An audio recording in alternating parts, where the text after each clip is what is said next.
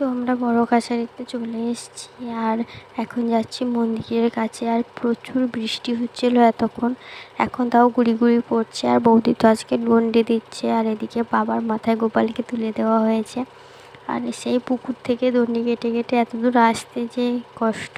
তারপরে এই যে মন্দিরটা তোমরা দেখে নাও, এটাই হচ্ছে বড় কাছারির মন্দির। আর অনেকেই তো দেখেছো, অনেকে জানো। আমি এসেছি এই 3বার, আর অনেক দিন পরে আসলাম। তো পুকুর মানসিক ছিল তার জন্য। তারপরে এখানে আসার পরে আমরা একটু মোমবাতি ধূপ এটা জ্বালিয়ে দিলাম আর পুজো দিয়েছি। আর ওদিকে বৌদি তো গন্ডি দিচ্ছিল।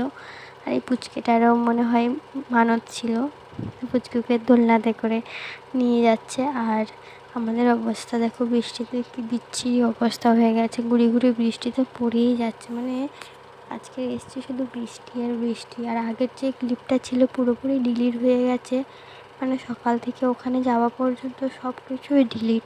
তারপরে আসার সময় একটু একটু করে ক্লিপ নিয়ে আসছি, একটু একটু ক্লিপ যতটা হয় আর কি। তো মোটামুটি সারাদিনটা আজকে ভালোই কাটলো, ঘরে চলে এসেছি।